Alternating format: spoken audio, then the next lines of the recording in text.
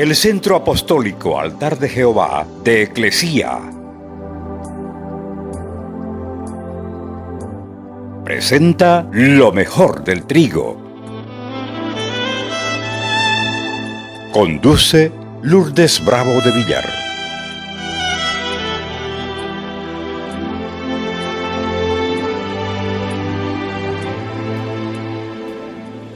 Evangelio de Marcos, capítulo 7, verso 26. Conferencia, el pan de los hijos. Dice que se acercó una mujer a Jesús y esa mujer era griega, sirofenicia de origen, y le rogaba que echara fuera de su hijo al demonio. Pero Jesús le dijo: deja primero que se sacien los hijos, porque no está bien tomar el pan de los hijos y echarlo a los perros. Ay, uno puede decir, ¿cómo le va a decir el Señor perro a esta pobre mujer necesitada? Hay varias en la Escritura. Aquí habla de los gentiles como perros, pero en Apocalipsis habla de otro tipo de personas y también los llama perros. Pero no es el tema. Vamos a tomar lo que dice aquí sobre la mujer griega, sirofenicia. El tema de la liberación espiritual es muy extenso, pero es algo que el pueblo de Dios tiene que aprender. Porque con tanta predicación en el celular, ya en televisión ya poca menos, pero también hay, y en radio, todavía los creyentes viven en ignorancia, viven con falta de entendimiento, con fortalezas en su propia mente que les impide creer en todo lo que dice la Escritura, más que lo que dice las novelas. La liberación pertenece a los hijos de Dios, a los que hemos nacido de nuevo. Jesús pagó por todos nuestros pecados, rebeliones, maldiciones generacionales, rechazo y mucho más. De todo esto surge la pregunta: ¿por qué los creyentes necesitan liberación si Jesús nos redimió de todo? Recordemos que el Espíritu de Dios vino a morar en nosotros cuando nosotros estábamos muertos en nuestros delitos y en nuestros pecados. Pero si somos honestos, todavía nuestra alma y en nuestro cuerpo hay influencias del pecado, del pasado. Y para que el Espíritu Santo more a plenitud en nosotros, tenemos que limpiar la casa. Esas influencias del pasado pueden ser los pactos directos e indirectos hechos con el enemigo, porque cada uno necesita romper con las maldiciones generacionales que se arrastran a través de la línea sanguínea para poder ser totalmente libres. Algunas veces la liberación de algún vicio o enfermedad es instantánea y eso sorprende, pero en otras no es instantánea, es progresiva y otros nunca se sanan. Y todo por la iniquidad familiar. Hay que buscar la liberación, ya que esa liberación es el pan de los hijos, nos pertenece, es nuestra herencia. Y muchos creyentes saben en teoría que son libres, pero todavía no se han apropiado de ese conocimiento para gozar de una libertad total. Tienen una fe, pero una fe de cabeza. No es una fe práctica. Jesús con su muerte y resurrección nos hizo renacer a una esperanza de vida nueva. Es necesario entonces que el hombre común se convierta a Cristo para que sus metas sean de carácter eterno y no de carácter transitorio como todo lo que existe aquí en la tierra. Nada es comparable con tener la vida eterna en el reino de los cielos. Nada es comparado. Se llama esperanza viva, porque las demás esperanzas mueren junto con el hombre. Pero la esperanza de una vida eterna está aún más viva cuando el hombre muere físicamente. Pues esta esperanza, en cierto modo, era fe mientras el hombre estaba vivo. Pero cuando el hombre ya está muerto, esta esperanza ya no es fe, sino que se convierte en un hecho real.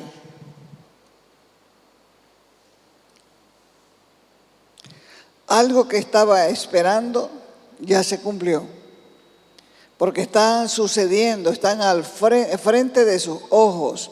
Por eso es que una esperanza viva no se desvanece con la muerte física, sino más bien se constituye en el fundamento de una vida espiritual eterna. La liberación es un misterio. Hay muchos misterios en la Biblia, pero hay uno que las personas tienen mayor dificultad para entender. Y el misterio de la liberación es uno de ellos. Se va a dar cuenta que cuando usted esté haciendo pininos en la liberación y comience a reprender en el nombre de Jesús, van a venirle dudas a su mente, a su pensamiento, que lo que está diciendo usted, ¿cómo puede ser posible que saque los espíritus inmundos de una persona? ¿Cómo puede ser posible? Así que cuando las personas reciben al Señor Jesús como su Salvador, lo reciben por gracia. Nada hicieron para ganarla, pero resulta que esa persona sigue con sus malas costumbres, tiene falta de conocimiento. Lo único que sabe es que sus viejas doctrinas de la religión con que vino a la fe. Y como no sabe más, está desaprovechando las bendiciones que tiene a su alcance, porque no sabe lo que tiene a su disposición, no conoce del regalo de la liberación. Como dijo el Señor, es el pan de los hijos. No quiere decir que esa persona salva o que esa persona no sea salva.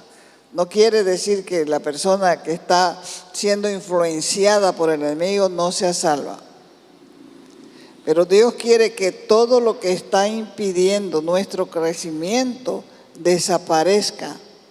Por eso Él quiere que despertemos y descubramos la influencia del enemigo en nuestras vidas. Recuerden que cuando Jesús envió a los 12, lo primero que les dio fue autoridad para echar fuera demonios. Lucas capítulo 10, del verso 17 adelante.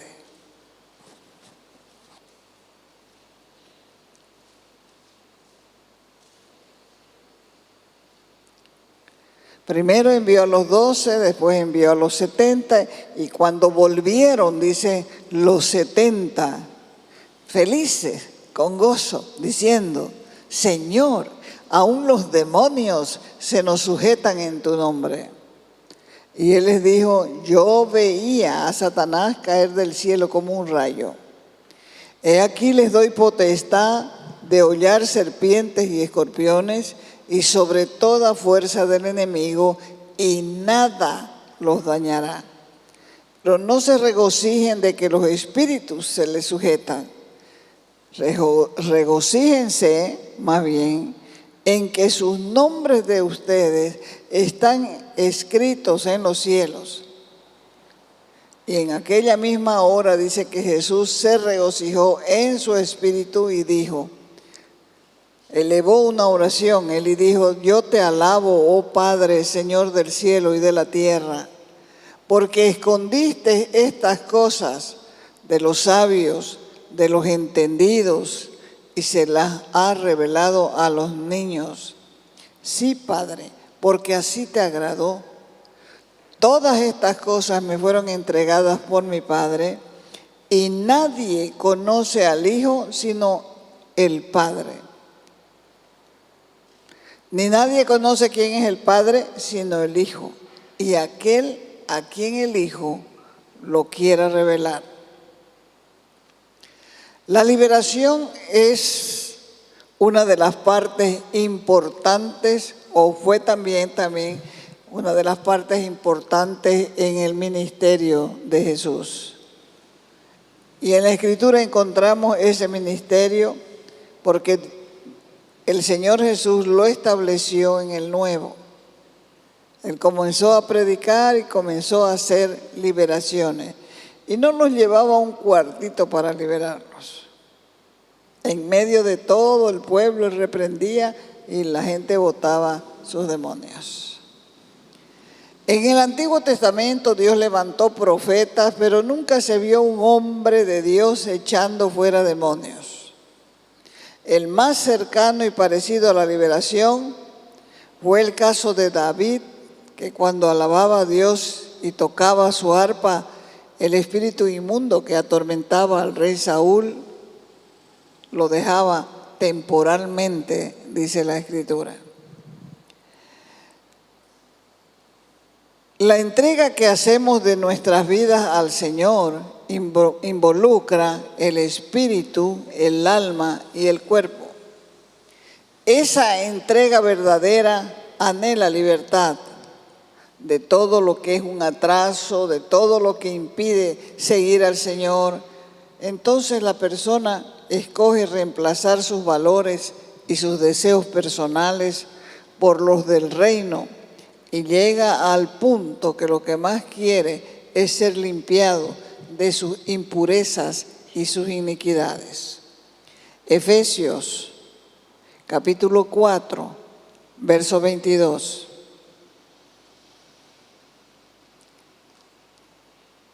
Está hablándole a los convertidos porque Pablo les está diciendo, en cuanto a la pasada manera de vivir, despójense del viejo hombre que está viciado. No es vicioso, viciado quiere decir maloliente, apestoso, hediondo, conforme a los deseos engañosos, mentirosos, embaucadores, y renovaos, revivan en el espíritu de vuestra mente. Vístanse del nuevo hombre, del hombre distinto, creado según Dios en la justicia y santidad de la verdad. Las liberaciones en el tiempo de Jesús eran públicas y eran diarias, casi eran diarias, porque la gente de su tiempo reconocía y también practicaba la liberación con el nombre de exorcismo. Jesús expulsaba demonios con una autoridad mayor que asombraba a todos. Y los mayores milagros del ministerio de Jesús, como ser sanidades, el control o dominio de la naturaleza, resurrecciones, fueron realizadas por algunos profetas del Antiguo Testamento. Pero la liberación, la expulsión de demonios fue exclusiva de Jesús. Y de esa manera revelaba que la autoridad del reino de Dios estaba presente. Fue Jesús quien dijo en Mateo 12, 28. Jesús dijo, si yo, por el Espíritu de Dios, echo fuera los demonios, ciertamente ha llegado a vosotros el reino de Dios. A la mayoría de las personas a quienes Jesús les hizo una liberación de demonios eran judíos normales, eran judíos religiosos. Y si los demonios eran un problema en las sinagogas en aquel tiempo en Israel, o donde había una sinagoga, ¿por qué habría de ser un problema menor en las iglesias de hoy en día? Porque los demonios tienen una tarea. Su tarea principal es impedir que las personas conozcan al Señor Jesús y ellos le acepten como su Salvador. Después que la persona acepta a Jesús como su Salvador, otra tarea de él es apartarle de la enseñanza. Es mantener su mente ocupada para que usted no preste atención a lo que se está enseñando. Porque lo que se está enseñando va a abrirle el entendimiento y usted va a darse cuenta de que está posiblemente también siendo atormentado por demonios y usted no se ha dado cuenta. Usted ni siquiera lo sabe. Pero sin embargo no puede crecer. O es un creyente carnal porque no es libre, está atado en lo mismo. Si fracasan ellos en impedir la salvación, que usted sea salvo, después viene el atraso para que usted no sea libre. Le va a poner en su mente, no vayas, no digas, no hables. Y usted va a escuchar esa voz. ¿Por qué? Porque ha vivido toda su vida precisamente con los demonios en su ser y usted ni siquiera se dio cuenta. La persona que recibió a Jesús como Señor y Salvador va a tener un alivio temporal. Porque la persona que nació de nuevo se llena de un gozo especial. Es un gozo que no hay palabras para describirlo. Entonces comienza la persona a buscar las cosas de Dios, quiere leer la Biblia, quiere orar. Pero resulta que leyendo la Biblia y orando resurgen estos problemas. Y comienza uno a sentirse derrotado, desanimado. Y es porque el enemigo para esperando esos momentos de debilidad y entonces ataca sin ninguna misericordia. Y cualquier comportamiento compulsivo puede ser demoníaco.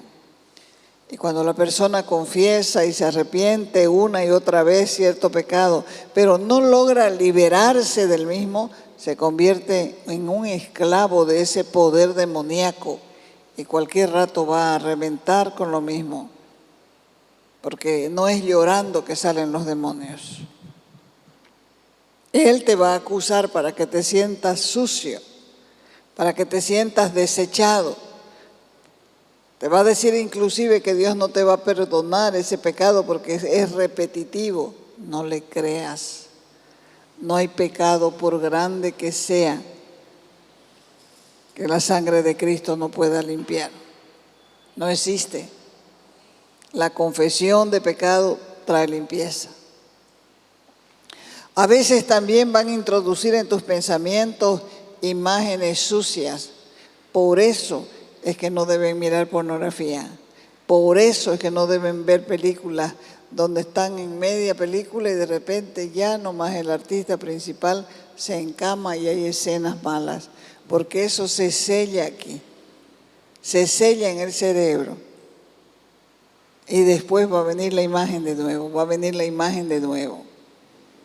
¿Cuándo va a venir? Cuando trates de leer la Biblia, cuando trates de servir a Dios, cuando trates de ponerte a orar. Va a venir eso de nuevo, porque Él es un acosador permanente. A veces el pecado impide también que las mujeres alcancen la liberación, porque han abortado. Y los abortos han sido provocados. Dios va a perdonar el pecado. ¿Cuándo? Cuando lo confieses como asesinato. Cuando vos confieses que asesinaste a tus propios hijos en tu vientre, entonces tu pecado va a ser perdonado. Pero si vos no entiendes que el aborto es un asesinato, no vas a poder confesar tu pecado y siempre te va a estar molestando el enemigo. Pero cuando lo entiendes y lo confiesas como tal, entonces vas a poder ser libre. Cuando el Espíritu de Dios vive y mora en una persona, no deja que las obras del enemigo permanezcan ocultas. Por eso es que el Espíritu Santo nos va a ir revelando las obras del enemigo en nuestras vidas, pero es para confesarlas. No viene como tormento, sino viene para enseñarte a que las confieses, pero que las confieses como son, para que puedas levantarte.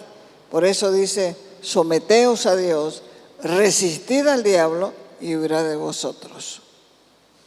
Con cada cosa que el Señor te muestre, hay que ser rápidos para arrepentirse, para poder llegar a ser lo que el Señor quiera que seamos.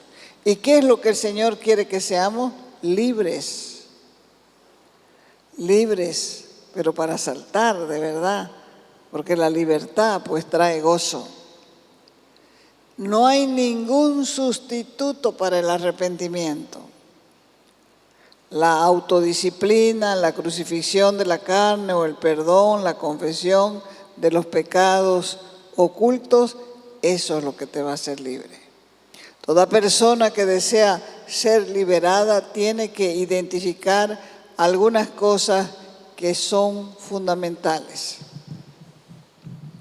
Primero hay que discernir si tu voluntad es inactiva, si se mueve, si ejerce.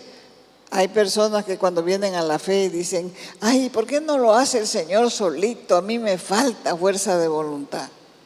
No lo va a hacer solo. Vas a tener que hacerlo vos. Si es capaz de lidiar con los problemas diarios, los problemas de todos los días, ¿por qué no va a lidiar con su pecado?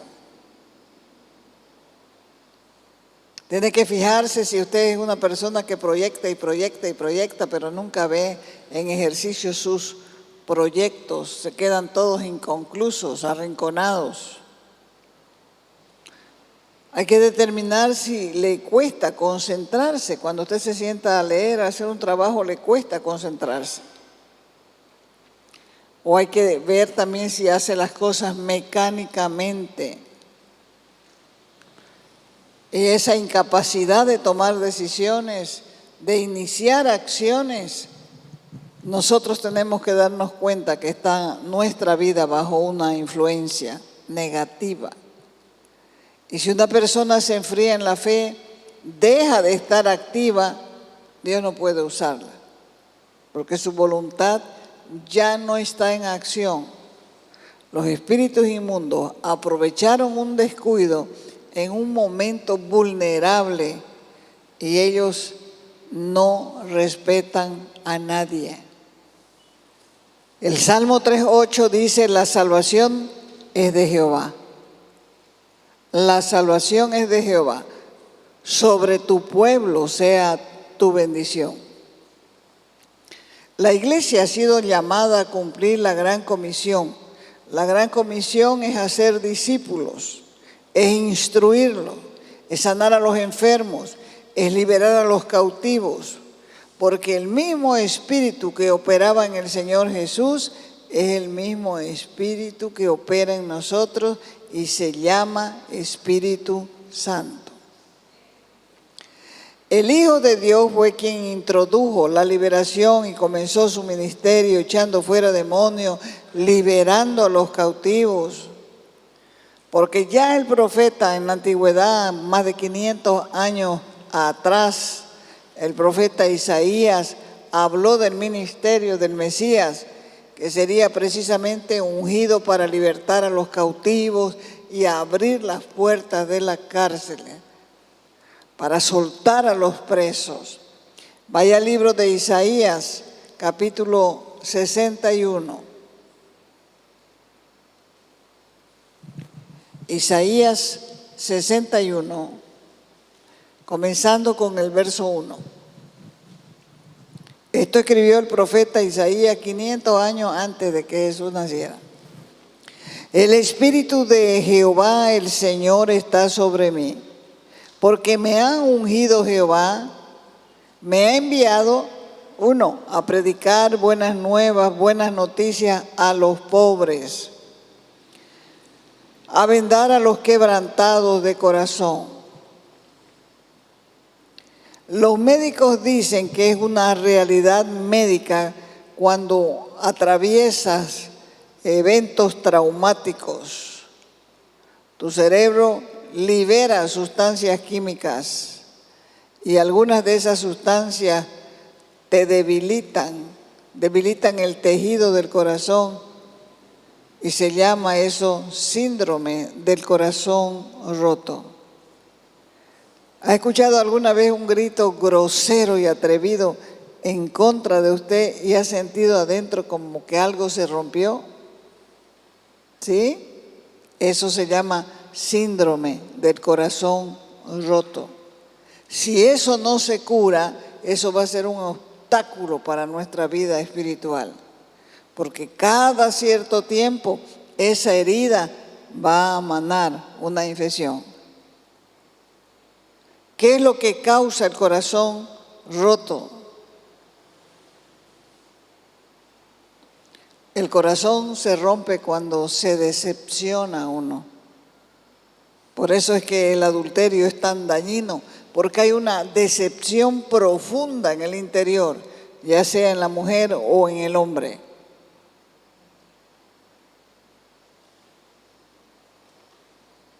El corazón se rompe cuando somos rechazados por alguien que amamos o alguien que creemos nosotros que nos ama.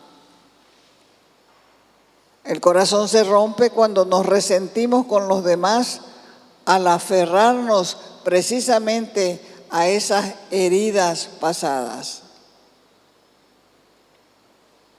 La noticia más importante, sin importar que se llame o que se llame corazón roto, es que Jesús puede ayudarnos, porque una de las razones del por qué Él vino fue para sanar a los quebrantados de corazón.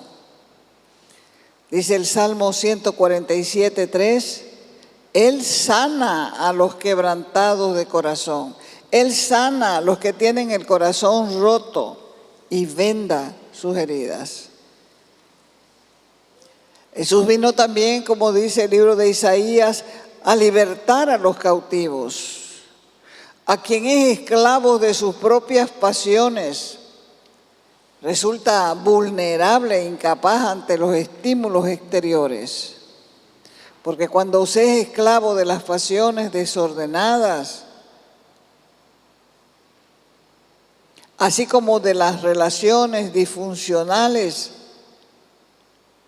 hay una causa y hay un efecto de una religiosidad deformada, haciéndolos más esclavos todavía de sus pensamientos, emociones y sentimientos. También vino Jesús a abrir, a soltar a los prisioneros de la cárcel.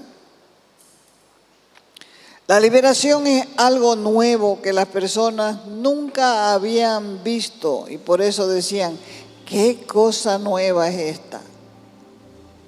¿Qué es lo que está pasando? ¿Con qué autoridad y poder este hombre echa fuera demonios? ¿Por qué llegaron todas estas señales con Jesús? Porque Jesús había venido a salvar y a buscar y salvar lo que se había perdido. ¿Qué se había perdido? Se había perdido un reino, se había perdido un territorio, porque Él comenzó a predicar el reino de Dios. Este era un mensaje del nuevo pacto que nunca antes se había predicado. Así que cuando el reino de Dios llega a un lugar específico, trae una confrontación directa con el reino de las tinieblas. Ahí se confronta al enemigo y el enemigo se pone violento. Pero no debemos olvidar que el vencedor aún de la muerte, es Jesucristo. Y Él ha dicho, por mi parte, yo voy a estar con ustedes todos los días hasta el fin. Te invitamos a nuestras reuniones los días viernes y sábado a las 6 de la tarde. Los domingos a las 10 de la mañana y a las 6 de la tarde. Calle Nicolás Suárez, esquina Félix Pinto.